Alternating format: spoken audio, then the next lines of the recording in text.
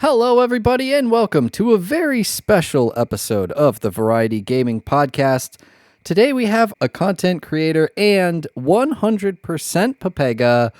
It's Kymeri! He brings with him our featured game, Gears of War. We'll mainly be focusing on the first one, but of course, there are plenty of games in this series. And to introduce the game series, it is my Party City bearded friend, Rayu. Tell us about Gears of War. That's flattering. Party City would need a replica of this magnificent thing. So Gears of War, developed by Epic Games, published by Microsoft Game Studios. The planet lies in ruin, cities crumbling. Man's greatest works fallen. The locust horde has risen, and they won't stop coming. They won't stop killing. An inmate named Marcus Phoenix, once left to die, is now charged with keeping humanity alive. He could take comfort in but one fact. The human race isn't extinct. Yet. You can play this on Xbox 360, Xbox One, and PC. The release date for the original title was November 7th, 2006. That's a while ago. That's old. Just a little bit. So, Kymeri, since you are our beloved guest, tell us why in the world would you pick something from 2006? Well, I'm glad you asked, because this was actually one of the first games that I owned and bought when I bought my Xbox 360 about after Christmas 2006. I saw a sniping montage on Game Battles forums. I thought it looked sick. I saw someone's head explode. I was like, that was cool. And it was pretty sick. It was pretty sick to watch that over and over again. And then I started watching more, and there was like the chainsaw, the Lancer, of course, and the Gnasher. And I was like, this is so cool. So I had to get my hands on the game. It was a really good experience. I was at my aunt's house for Christmas one day, for that Christmas Eve. And I saw that gameplay. I was like, all right, I know what I'm using my Christmas money on. We're playing some Gears of War. So Gears of War was a game that, like I said, I just grew up with. I played pretty much all of them since they've come out. I have some really fun memories, some LAN parties, like, meeting up with friends and we're playing online or, playing together, and learning all the different stuff that you can do in the game. Obviously, the mechanics were a little different than most games. It was a third person over the shoulder kind of over the shoulder shooter. I think you could switch directions if I recall correctly. I just don't remember. Yeah, I think you could like flip between them. And yeah, I spent a lot of time like competing in this game. Like I played a lot of competitive during this time, and I think this was one of the first games that I really took like competing super seriously. I had some previous experiences on Game Battles when it was SOCOM battles back in the day. So I've been around the online gaming scene for a while, not to age myself here, but I have a lot of time and experience of me playing, and the game was just super fun.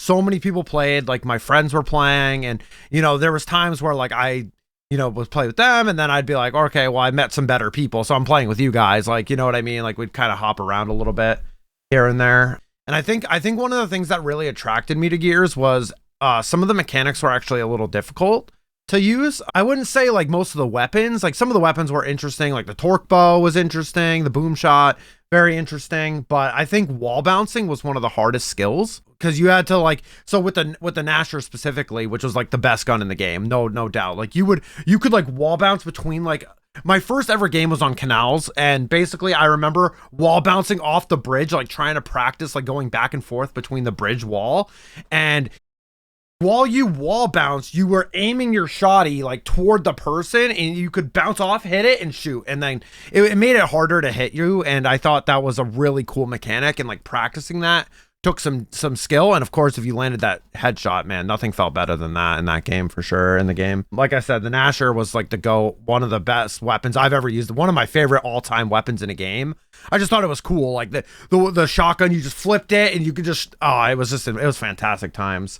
And of course, I can't mention it, I was a big multiplayer fan, big PvP person myself. This is kind of how I started, SOCOM, then this, and then Halo. But also, I did play the story, and I thought the story was absolutely insane and incredible. And yeah, no, really think it was right up there with Halo for me in terms of that. But like I said, my experiences were mostly playing competitively and, doing like team tryouts and practicing and building up my skills in the game. And I thought it was a really, really fun game. It had a high ceiling. It was something I'd never seen before. I was like, this game is so cool. Like it's third person, like the game I had played previously, but it added an element of like the movement and the way you were meant to move around the map and like wall bouncing and throwing smokes and the frags. And like, also speaking of that, the grenades, you can just plant them on the wall. Someone walks by the wall, they blow up. Like, to me, that was kind of sick. Like the smoke grenade was the same way. If you downed someone, you could like smoke their body and then curb stomp them. It was just like,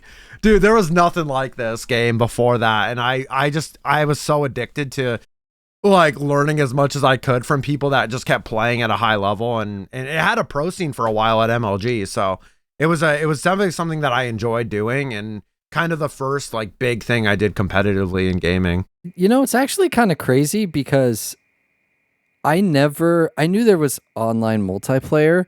I didn't actually know that it had gotten that big, because that's crazy.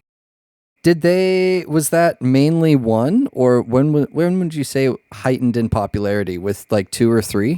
It started in 1. It started right away.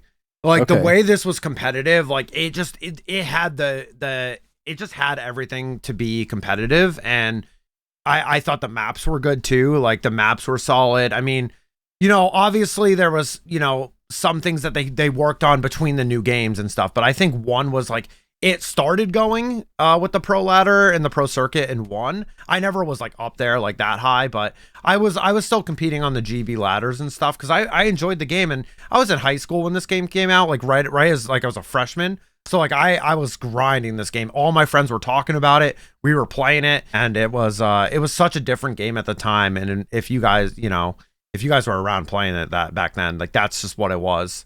It was kind of one of those games that just was like so different. I do remember, so my story with this game is Gears of War 2 was one of the first rated M games that I ever actually owned.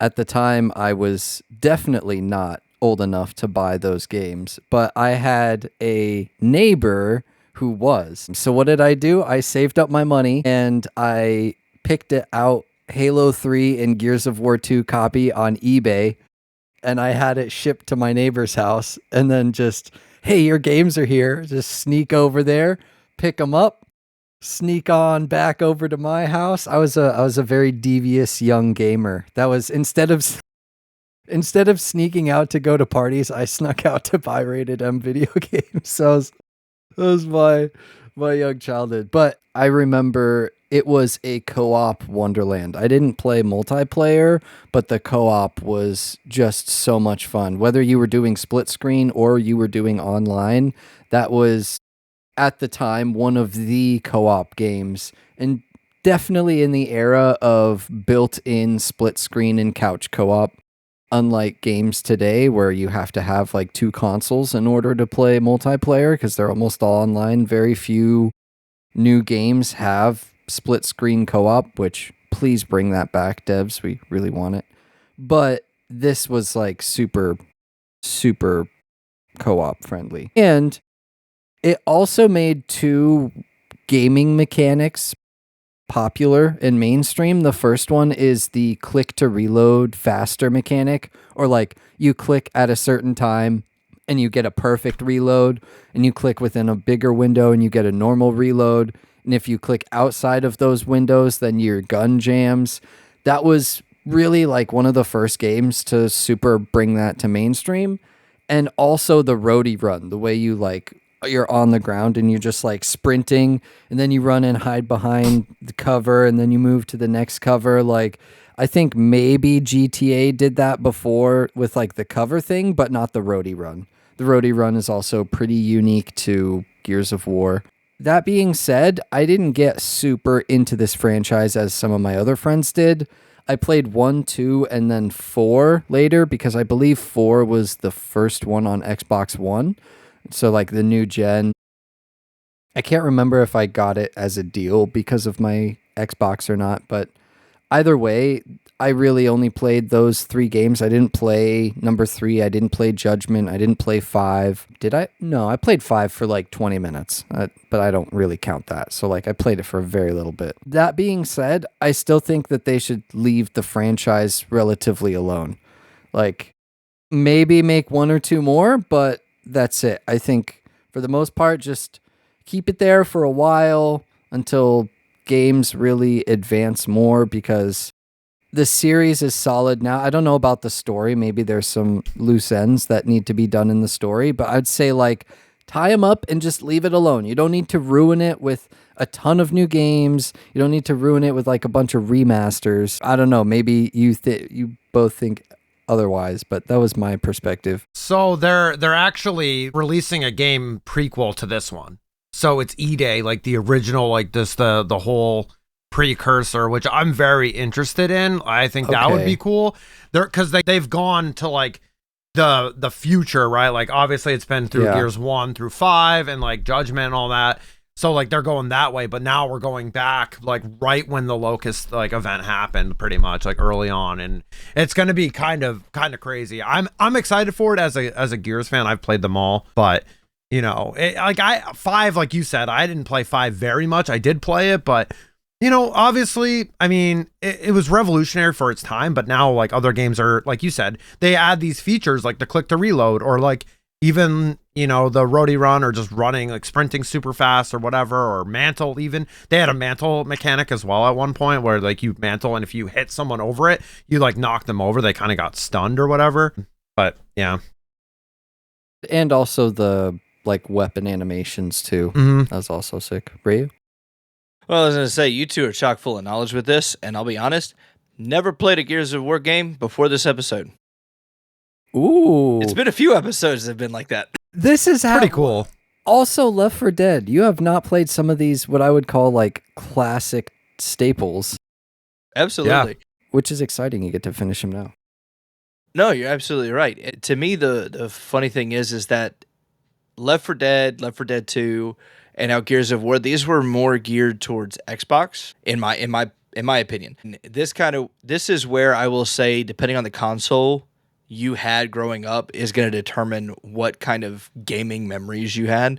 Because while you guys had the Xbox 360 and all these games that came with it, I had the PlayStation 3. So mine is going to be different. Like if we get into like the Uncharted series, which was a third person, if we get into like Army of Two or any of those types of games, like those are ones that I've played growing up that were on that side. But I will say that I did enjoy the experience playing Gears of War. I'd seen it before and I thought, wow, that's really strange.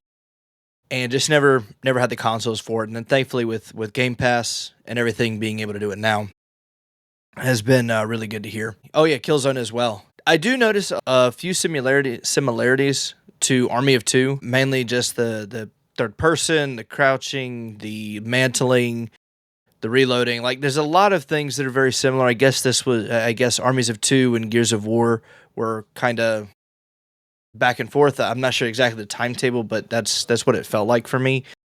I do appreciate that the difficulty scales really well. I believe there's 4 difficulty options from the main menu, and you feel it. I went through and tried a couple of different ones because I wanted to see exactly how intense the game got, and it does scale really well. Obviously, if you've played any sort of third person over the shoulder shooter, you can be a little bit more aggressive with it as far as the difficulty is concerned. But if you're not, it's not as punishing on the lower difficulties. You do have some time to react, look around, and do all that kind of thing. So I do appreciate that it doesn't punish you for thinking, oh, I could take it on. I've played shooters before, and then it's completely different. Because playing it on PC, I wanted to see how it felt between controller, mouse, and keyboard, because I'm just that way. This day and age with aim assist, people complain about it left, right, and center. And some games, like we covered last season with the First Descendant, some games have very intense aim assist. So I wanted to see how this game translated being on Game Pass with the looks of everything and how it felt. It doesn't feel like there's a lot of aim assist. I didn't feel like my controller was being, or my reticle was being dragged to where the enemy was, even with tracking. Like I was moving, but my reticle wasn't staying on the enemy. I had to actually work with it to aim using a controller. So that's something I do appreciate, is that there is a little bit more skill required to aim these types of the types of weapons in the game. I feel like in multiplayer, that's something that is a big advantage. Is it gets back to not so much movement. I know Kai mentioned as far as what is it, whatever that thing is. Wall bouncing is what it was called. Bouncing. Yeah, daggum bouncy ball.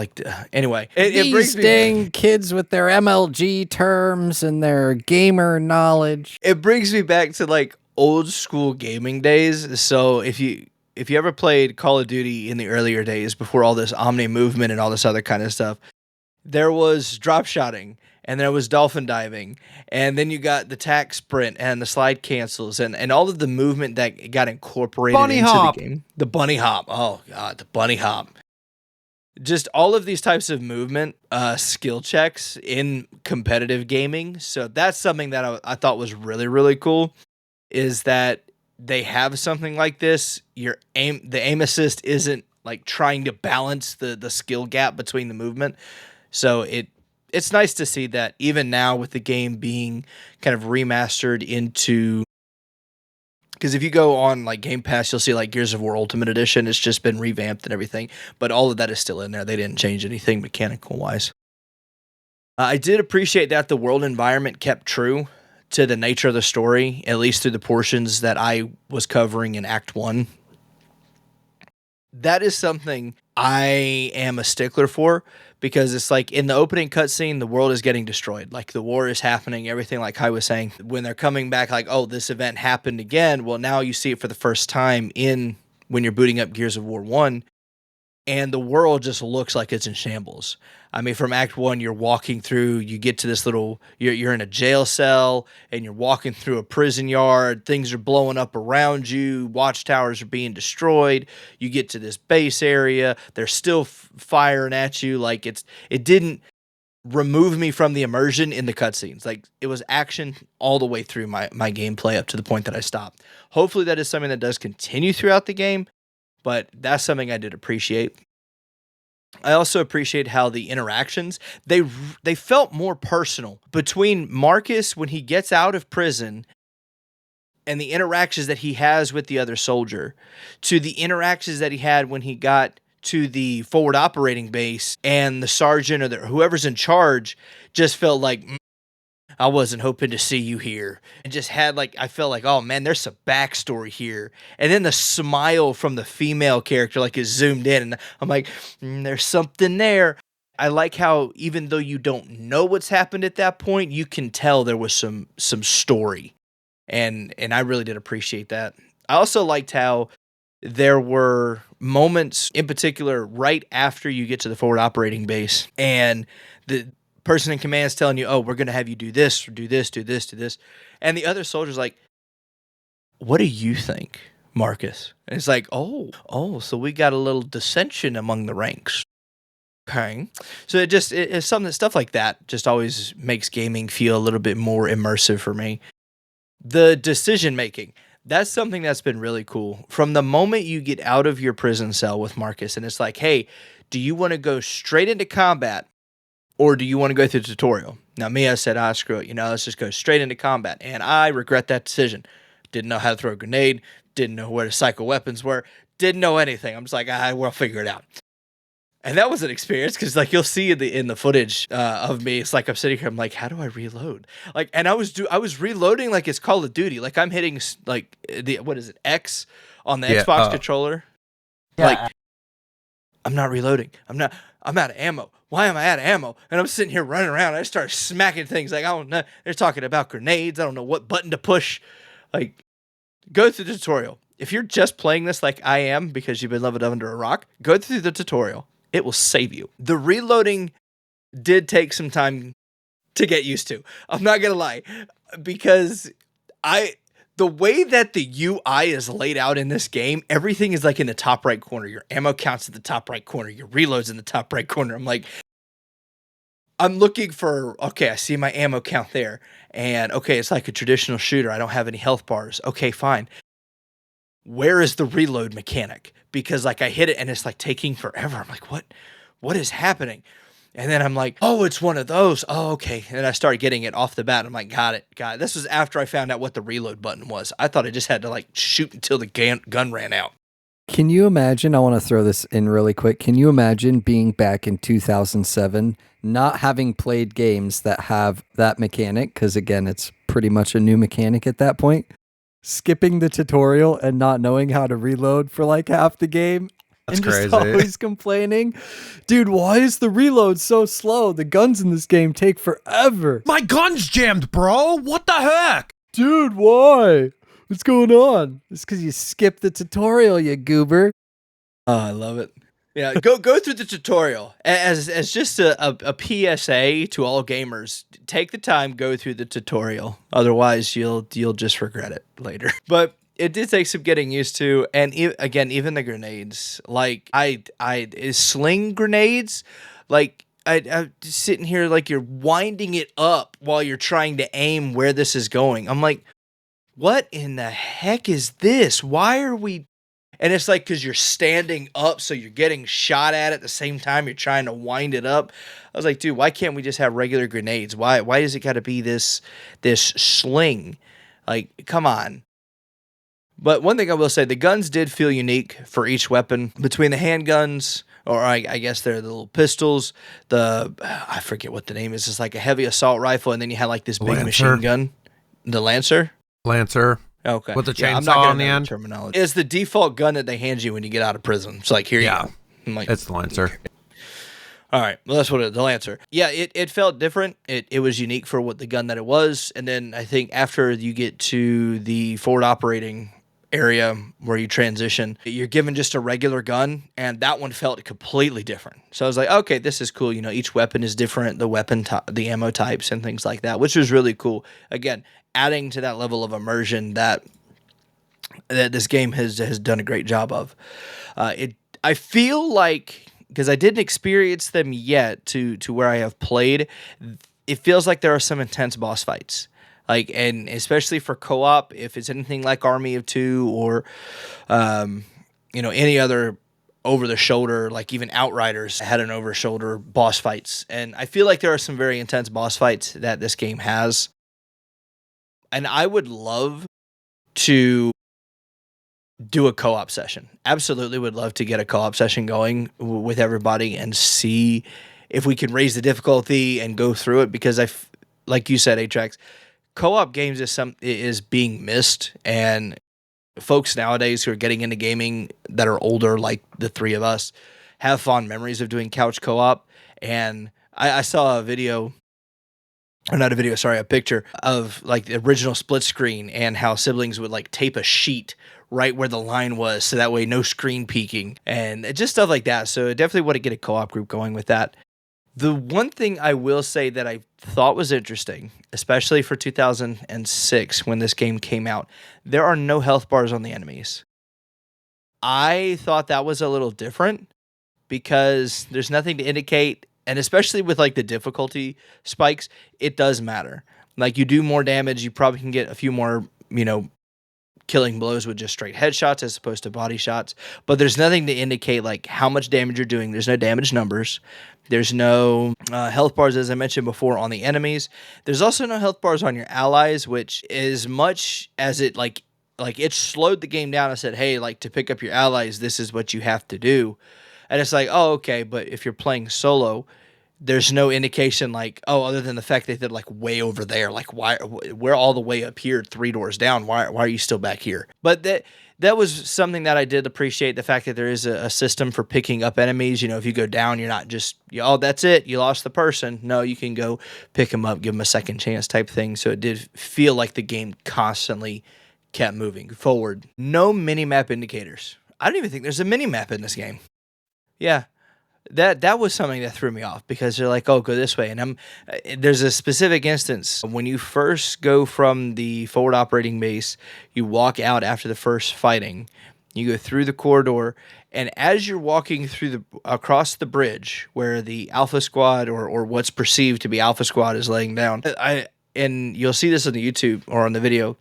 I look to the left and I'm like, oh, it's going to have us walk down the stairs. And I'm like, okay, they added little spiky things so I can't just make a left here and go down and I can't jump off. So I have to go this way.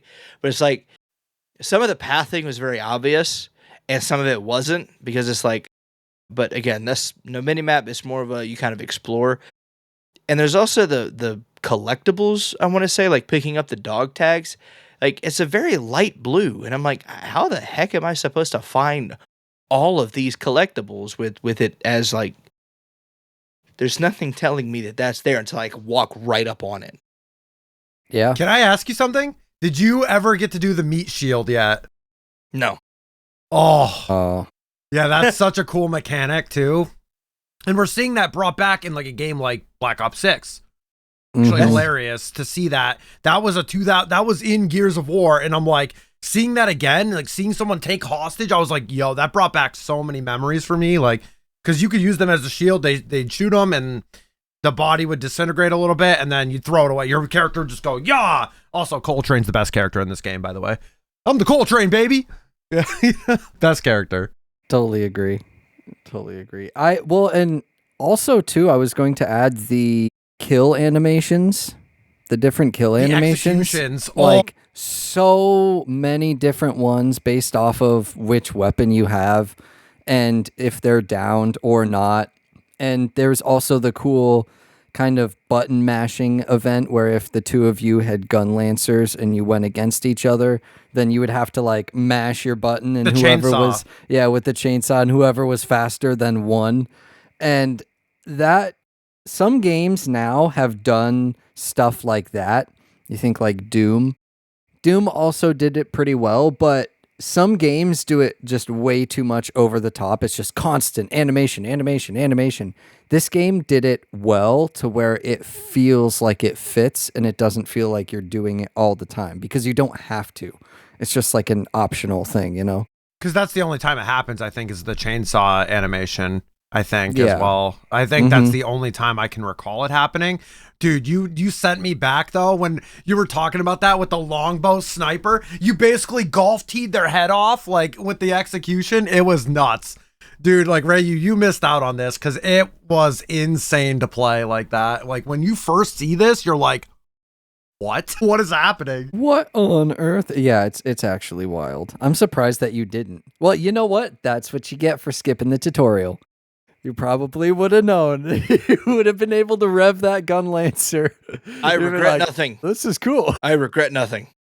Play the tutorial, folks. Yeah, Gears of War is it's a lot of great memories. And before we move into the interview section, do you have any other thoughts on Gears of War, gentlemen? Yeah, so just one more like thing too was just how they actually did.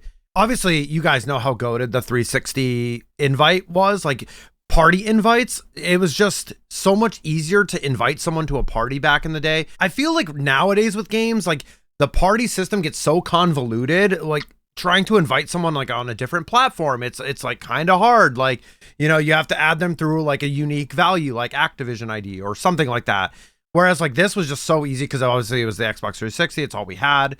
You just invited them, boom, in the party, and that was it. And I just thought that was so much easier back then than it is nowadays sometimes to get everyone to game together and whatnot. And just, yeah, like you said, you were throwing me back with all these memories of the game. And that's why I picked it, right? Because it's a game that I have significant memories with. And it really impacted me. Like when I first saw it, I knew this game was super, super sweet to play. And I spent a lot of time and a lot of friendships and, you know, a lot of stuff during that time. So I'm glad you got to try it for the first time, though, Rayu. I really am. I'm glad I got to open your eyes to what an amazing game this was for the 360. It was certainly something. I don't know if I'd go that far, but it was certainly something.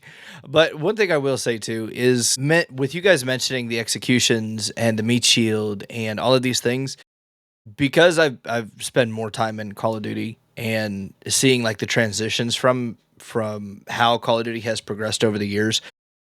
You saying about the meat shield being in this game and then coming back in Black Ops 6, and now I'm like, oh, there's a lot of executions in Call of Duty. Well, apparently there were executions in this well before then.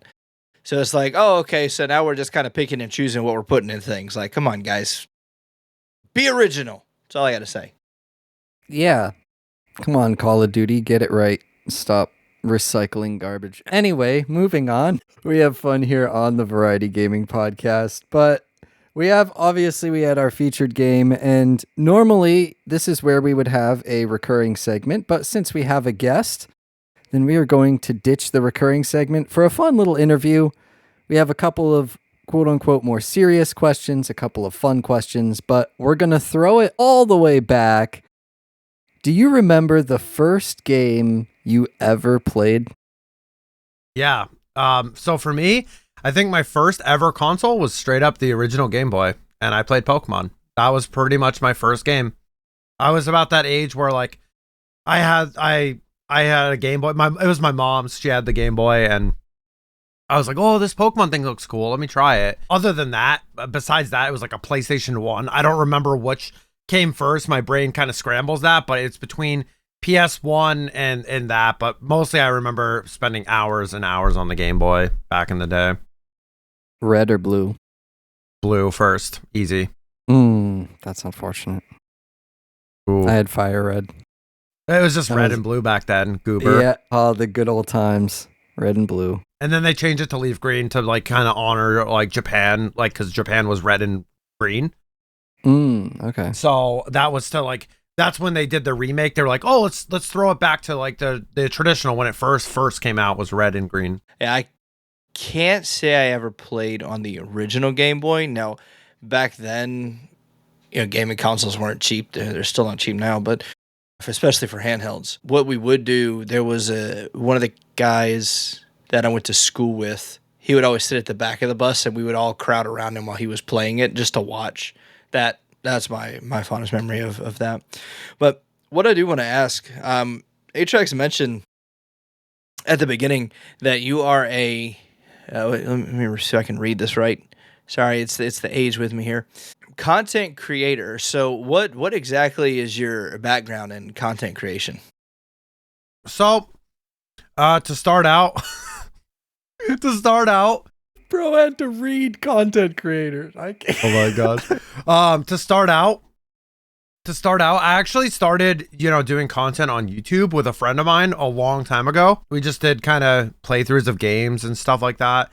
That was kind of my first ever experience. I did do a little bit of dabbling into streaming like way back in the day in a couple different ways, but realistically, what really set me up was COVID, obviously losing everything else and needing something to do and trying to figure out what I would want to do. I was like, we could try streaming again and actually try to make and do something with it and actually kind of make it something different. And yeah, that was my background. Like, so I didn't really have a ton of background into streaming. I didn't say I was a good streamer back then or anything. So like, I basically only had like YouTube content, and I was only just part of the show. I didn't do any of the recording, the editing, or any of that. I had just started getting into that stuff maybe in the late 2017-18 era, like time zone, right before COVID. So that was about it, really. I didn't really think about doing content before that, honestly. Okay. No, that's awesome. I know that at least whenever it was that, I came across you on Twitch. June 2020. Yeah. That... Good Lord, it's been 4 years. I'm never getting that time back. Anyway, no, it's interesting that you had dabbled in content creation prior to that. And I think what's interesting for me is that a lot of people, at least nowadays, COVID was sort of that time period when a lot of people wanted to try their hand at content creation, or that had previously done it, wanted to try and revisit it. So it's very interesting that that's kind of about the time frame that, again, I found you started, trying to make this a thing. So that's really cool. I know that I've spent 4 years with you. It's like a prison sentence. Same here. I'm pretty close. I'm coming up on my 4-year sentence in December. So crazy. I have some of the OGs here. This is crazy. It's wild to think about. No, it really is. That's like one of the craziest things to think about when you're doing content is like you see these people either with like long sub goal or sub like subscriptions to your channels, or like they do the follow age command and they're like 4 years, 3 years. That's pretty much most of my time doing it, like on the platform, like the way it's been since that June that I started. So Yeah, no, it is crazy to see how long the community has been around and continuing to grow every single time. But one thing I do want to ask, in the time that you have spent actively doing content creation, what is your favorite moment in content creation history and why? ooh, that's such a good question, honestly. I honestly think one of my favorite things that I've done is, I got to partner with Star Wars: The Old Republic, so that was pretty cool. I mean, it was a game that I played my whole life, like for a long time. 2011, I was in a pre-launch guild for 2 years before that, so '09. They're thinking like '09 now, and I was waiting for the game and stuff like that, and the fact that after a while, it was like 2 years after I started, I think around that I got into that with them. I thought that was really cool. I got to meet like the behind the scenes stuff, talk to them. And I thought that was cool to me. Like for me, someone that loved this game, and I know that's how I met both of you. And I felt like it was just a really special thing that I was able to do. And I think that was one of my favorite memories because obviously the game has meant so much to me. I have so many amazing friendships and people I've known throughout the years through this game. And I'll never take it for granted, and I obviously love the game. I always will, but yeah, no, that's probably my favorite memory is just the fact that I got to work with the devs and talk to them and be kind of a part of it. Like I never thought, if you would have told me back in 2011 that I would be doing that, I would just it'd be crazy. Well, and it's got to be super cool too because you meet people right through the game, like Rayu and others. And you also meet people through content creation like myself, which I guess I also met you through Star Wars: The Old Republic, but it was like Twitch and Star Wars: The Old Republic, right? Right.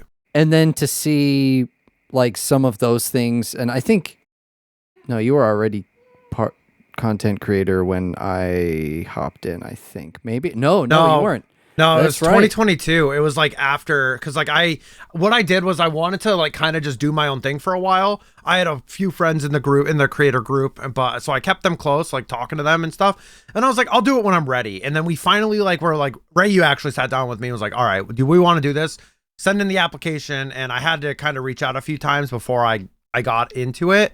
But it was a couple years after, but it was really cool because I got to do it during like the big boom of the game before like pre 7.0, like right about that time. And that was really a big turning point in streaming for me as well. So. Well, there have been a lot of good things, no doubt, but we have to ask, what have been some of the unseen difficulties in your almost 5 years now? Well, no, 5 years, more than 5 years. It's of content creation. Four was in June this year, so next year will be 5, okay, which is like crazy. Year. Almost 5 years. There's got to be some unseen difficulties. Yep. What are they? If you can share. Yeah, for sure. No, I definitely can. So some of the stuff that people don't think about, they always say like, oh, streaming's easy. Streaming is this, streaming is that, but they don't know unless they do it. And honestly, it's one, you have to be consistent, and sticking to that consistency is sometimes hard. We all have lives. I mean, back in COVID, we didn't really have lives as much. Just saying, no one was doing anything, really. And obviously taking care of yourself is very important. It's something that I hadn't learned. I've learned a lot probably in the past couple years, mostly was more or less taking care of myself and realizing when I need to step back for a minute and like kind of recuperate and try to, refocus myself. I felt like that was a difficult thing for me to go through because like, I'm always like, I'm letting people down and I don't want to do that. We built up the community. I felt like I was obligated. I was like, I have to stream.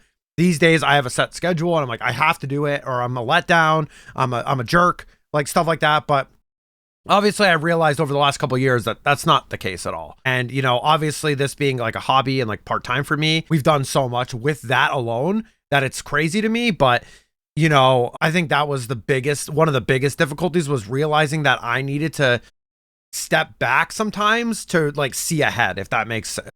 makes sense, you know? Like sometimes I have to take care of myself too. Yeah. Well, and it's hard to find that line, right? Of like, am I pushing myself, but also am I not pushing myself so much, right? And am I taking the time for myself, but am I taking too much? Like it's Yeah, it's a balance. gotta It's be all a difficult balance. Like to find. and of course that's like everything with content and you know, it happens, you know, I have a full-time job. So I full-time, you know, I have a significant other, you know, I have, you know, hockey. I do a lot of other stuff. So like there's, you know, you have to like balance your time. And if I need to take a day off now, I'm like, I'm just doing it. I'm good. Like it's okay. Like I realize that it's okay. And a lot of that, shout out to Rooney, of course, is like, I wouldn't have learned a lot of the self-care or the it's okay to do that without her. Like she's been really that voice in my head, like in my ear, being like, hey, it's okay. Like it's fine. Don't worry about it. You know, you got to do it for yourself. Mental health is very important. And I think that's the other big thing too, is like the difficulties are burnout. Like burnout, it didn't really happen to me that much, but mostly in terms of games. Like game burnout is a real thing. And that is kind of a difficulty too, especially if you like mained a certain game and then you switch to other stuff. It's kind of hard sometimes, you know? So you have to just do what's best for you. And if you feel like you're burning out, like you gotta switch it up or do something. Your mental health is the most important thing there. And that's, you know, that's what it is personally. No, absolutely right. You got to take care of yourself. Otherwise, you know, other aspects of your life start to suffer. If you, you know, I think the old saying is burn the candle at both ends, burn the midnight oil, take your pick. It's all the same idea. Don't overdo yourself. But you had mentioned before, you have hockey, a significant other. What outside of content creation, gaming, joining podcasts, and answering these questions, what is it that you like to do in your spare time? Honestly, if I'm sometimes I game, like right now I'm in like a gaming, like I don't want to call it gaming limbo. I'm obviously waiting for a really hype game for me right now in the community as someone that was more PvP focused for a long time with, I'll just say it, Marvel Rivals. I'm so excited for that game. Free to play, free characters. I'm stoked. It's a game that's right up my alley, so I'm very excited to play that. Other than that, really, I'm just, you know, I mostly like, I'm focusing a lot on my health right now, playing hockey, like training and doing stuff and going skating, teaching Rooney how to skate because she's been learning as well, and just kind of hanging out together and doing just stuff as a couple because now I moved here. I'm originally from the East Coast and I moved to the West Coast, basically in Atrax's backyard here. And it's pretty crazy that I got that opportunity to do that. And right now it's been mostly just spending time together because, you know, we spent some weekends together, but we had always had to fly and say goodbye and all that. But, you know, so that's really what I've been spending a lot of time with right now is getting back into shape a bit, I would say, has been really important, and eating good and maintaining that has been kind of something. But other than that, it's just like gaming, really. Like when I feel like it, I do game, of course. Like that's something I always will do. But yeah, that's mostly what I do outside of content. All right, I've got a bit of a frivolous question. Rayu has some more serious ones left, but I've got a frivolous one first. If you owned a gaming dev company, like you're a game developer, you own the company, you can, I don't know, size doesn't matter. What kinds of games would you specialize in? Hang on. I got to eject on that one. Size matters. Well, in this hypothetical question, it doesn't. Bro. Man. But yeah, if you had a game dev company, what kinds of games would you specialize in? Like just if you could make games. The overall view would be like a PvP focused game. I don't know what, like that's like such a loaded question. Like I don't know where I would go, Yeah. like what I would create off of that. Like it would be crazy, but I think that's mostly me is like competitive stuff. Cause as I said before, like Gears of War started me with competitive play like a lot. And then it translated to other games. And like I played competitive Pokemon on the circuit for a while, like the video game. So I did a lot of that in person. So like I also like strategy too. Like strategy, like PvP is kind of fun to me. I like Pokemon. I consider that like I was always big into chess when I was a kid as well. Not as much anymore. I know it boomed a lot during COVID, but I'm not as big of a chess player anymore. But I think it would be like either PvP or PvP strategy games. I think it would be kind of fun to dabble in, and I think, you know, hey, might as well give that a shot, you know. I think that's where the direction I'd go. Or a good sports game, or challenge the EA sports games, like mostly hockey, because well, the NHL series needs some love, and it's definitely hasn't been there in a while. So, but that's my opinion on that. Dude, you could definitely make rivaling EA games, because it's sports games are like a slam dunk. Come on, you just got to do it right, dude. EA has to have some sort of like dominance on the sports titles or something, because like how has licensing how has nobody released a rival? Like, dude, do you remember NFL and NBA Street? Yeah, what about 2K? The 2K games, even back before, like they had NFL 2K, NHL 2K, and now NBA is still just 2K, but that's the one that makes it. EA, I don't even think EA. They used to have EA Live or whatever it was. EA NBA Live, I think it was. NBA Live, and it was the reciprocating year. Yep. That's what it was. No, the sports games definitely. I feel like developers have just gotten lazy with that, and you can say it's publishers or what have you, but most of them feel like a little copy paste from the previous year and just slap on an active roster, or slap on a few changes here and there.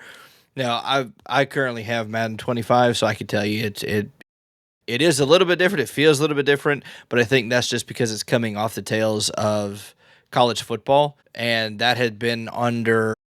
Like that was under issues with like name, image, and likeness, and then that's a whole other tangent. But anyway, sports games definitely need some love that they haven't gotten in the last couple of years.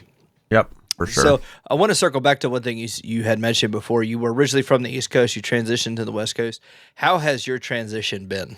It's been pretty good, honestly. I mean, it took a little time to get used to, because of course my whole life was on the East Coast. I never, I don't know. I never really thought I'd like move too far away from the East Coast, but obviously with Rooney living over here, and that was like our situation where I had an opportunity to move here and it worked out. I took it and went with it once my lease was up at my apartment and rolled with it. And it's been amazing, honestly. Obviously there's some things to get used to. Like I don't know really anything like where like the driving wise, like I'd have to, I have Rooney come with me and stuff like that if I do anything like that. And, obviously not seeing my parents a lot more, or like playing hockey with my guys back in the day, that I was playing with the few years. And that it's always a transition, right? Like I'm slowly getting to that point where like I'm going to join up around here, and it's going to be different. I don't know anybody, but we've been going to a bunch of stuff. So, hey, you never know. But I think really it's kind of almost like normal almost, because most of the time I spend on the PC, whether it's my work or streaming or content or watching stuff or stuff like that. So we go outside, we do stuff, but other than that, it's been more or less the same outside of like not seeing my family. But it's been good, honestly. I think it's been a good change for me. I've learned a lot about myself being here, so that's good. We've been getting really our health together too, and it's been a great journey together, and I'm happy we get to do this in person, and be able to lift each other up in person is way better than just being on like Discord or something, Yeah, absolutely. You mentioned, as you've moved over here, how you've learned about yourself and tried new things and whatnot. I wanted to ask, when did you first learn of your pseudo allergy to pineapple? Oh my gosh. Oh, this guy, dude. So I was like, I don't know what happened. Like the situation's weird. So you mentioned it earlier today, to be honest, and it has to do with pineapple juice. And for some reason, someone's like, "Oh, you should drink this because it'll make you feel better or something." I was like not feeling well or something, and I had it, and I had a bad allergic reaction to it, and it was pretty bad. Like my throat closed up. It was not a fun time. It was terrible, and my chest really hurt bad. It was not a good moment for me. So that was the moment when I realized, I was like, yeah, probably can't have this. So don't do it. And that's kind of what's happened. And here you are, you're however long later, and you've got a bunch of yahoos running in to your Twitch chat, memeing pineapple on you. Yeah, that started early on with Ray. I don't know, like once that caught wind that I had this allergy, it became a meme, and I was like, all right, we're going with it, I guess. We have a twerking pineapple, like, you know what I mean? I don't know. Like, didn't someone send you a pineapple and olive pizza? Yeah. your co-host here, Rayu, to my parents' place when I first started streaming. That was crazy. I was streaming too at the time, and they were like, "There's a pizza delivery," and I was like, "What? What pizza delivery? What? I didn't order pizza." And then I see it, and I'm like, and there's like the infamous clip of the pineapple pizza going in the trash bag. Pretty good stuff there. Hey, I had the opportunity, I had the information. I couldn't pass it up, and now it is a forever immortalized clip on your channel. True, yeah. That's crazy. So we mentioned with the content creation that you've done, and you mentioned you are affiliated with Star Wars: The Old Republic and still are. But currently, and actually not even currently, but for last, I want to say 6 months or so, your content's taken a shift, and from the social media presence, the Discord, as well as your streams on Twitch and your clips, it's geared more towards Pokemon. Why'd you decide to make the switch? So there's a couple of factors. We started incorporating Pokemon once we hit partner, which was super cool to do that with SWTOR. Like straight up hitting partner with SWTOR, which is technically like a niche game, was super cool. During the big 7.0, like that was a really like hype few months, like 3, 4, 5, 6 months. It was pretty crazy. And once we hit partner, I realized like, hey, we can do some other stuff. We've done a whole bunch of different things. We've done the Call of Duty After Dark streams. We've done League. I've done League of Legends streams for fun, like with you guys, like the ARAMs, like with A-Tracks at least, I remember. I've done a bunch of different stuff. Pokemon was a big thing. Pokemon's always been a part of my life. So when I first started streaming, I was like, I want to stream SWTOR. I thought SWTOR was a great place to stream. I enjoyed the PvP. Tim and I, or his name is Krom or Natoa on my stream. He was like the first person that I ever really like grinded SWTOR with, like when I came back, like 2015, like we met in 2015, and on and off we just PvP'd offline. And I was like, one day, like when COVID happened, I was like, dude, I think I'm gonna stream. Let's stream. Like, come like play with me, and like I'll stream. So that's how it kind of happened with SWTOR. Just kept playing it, and then I didn't stop. And I wanted to focus just on that and like Star Wars. Like we were playing the other Star Wars games too at the time as well. Other than that. And then Pokemon was always a big part of my life. So I was like, how could I incorporate Pokemon into streams? Now, I said I have a competitive battler background as well. But for me, I didn't really love doing content on that. I've done it before, and it really wasn't for me.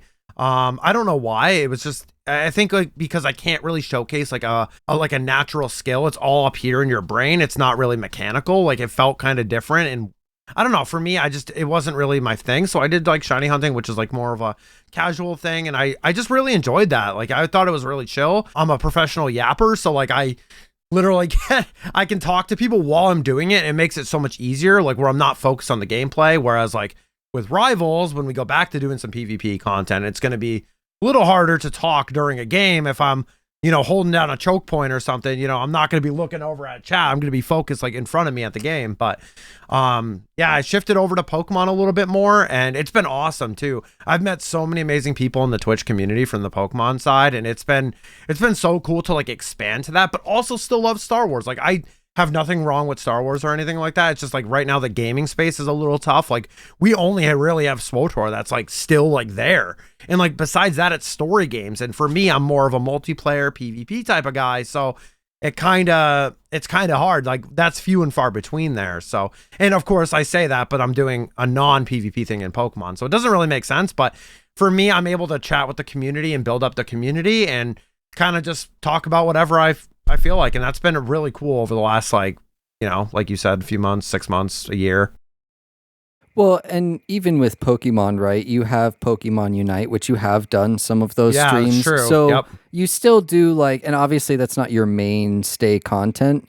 You playing Pokemon Unite at a high level, but even so, you do that. So I would argue like even amongst Pokemon, right? You have that like PvP nature, and you can, if you want to. You said you're not really a PvP Pokemon streamer. That wasn't your thing, but if it ever does come up, then you can easily transition into, like, there is that PvP element. But I mean, obviously we've both, Ray, you and I have hopped into those streams all the time, and it's a good chill environment, like you said, you get to yap, you get to hang out with the community and still provide, like, and people learn, right, from the shiny hunting and stuff that you do. Like, there's still stuff that people can learn. I saw just earlier today in your chat someone talking about, like, yo, this is my team that I've assembled, and you had your opinions on it, right? So there's still that interchange of I wouldn't say like competitiveness, but there's still that interchange of like builds and stuff like that, right? Which you would find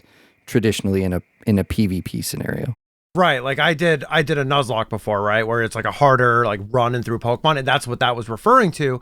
And like I can understand, like, oh hey, like you're covering a lot of good types here, like like there's like certain things that are good about this team, and then there's some obviously some weaknesses, but no, it wasn't like too bad. Like it was Fire Red Leaf Green is a pretty nice like starter one, so that's a good Nuzlocke to start with, and it's not too hard. But there are some that are so hard. I've watched Pichal, like I watch a lot of the challenge runner Nuzlockers that play like the hardest like fan-made games, and they're intense. Like I don't know, even with my level of competitiveness, like if I could do one of those runs, because they're very challenging and very hard to do. But you're exactly right, like that does come up. Like I have friends that still compete. We did like my friend was competing at Louisville Regional, and he played on stream, and I put it on the stream because I was like, we built this team together.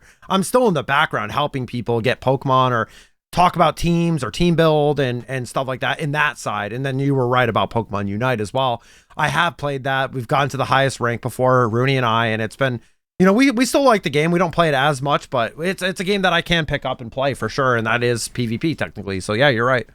Fully. And to kind of close out here as well, you mentioned that because you don't really do the PvP stuff, it lets you be more focused on the chat.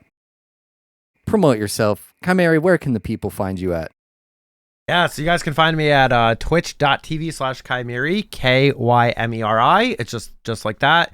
And basically all my socials, it's either the Kymeri or Kymeri, but mostly it's Kymeri if I can get it. But if you just search Kymeri, you'll probably find me. Because it's basically like when I search it, it's pretty up there. So he's the most popular Kymeri on the internet. Perfect. It's Be perfect. sure to go follow him, Twitch and YouTube, all the other socials as well. And if you haven't already, be sure to follow the Variety Gaming Podcast. Either subscribe on YouTube or follow on Spotify or Apple. Answer the poll. What is your favorite Gears of War? 1, 2, 3, 4, 5. Maybe you haven't even played it. Thankfully, Spotify lets us have lots of options, so we can throw all of those options in there. We would love to hear from you, and tweet at us on X for all of the other gaming stuff at Variety Games Pod. We would love to hear from you. Thank you so much for joining us. We will see you next week.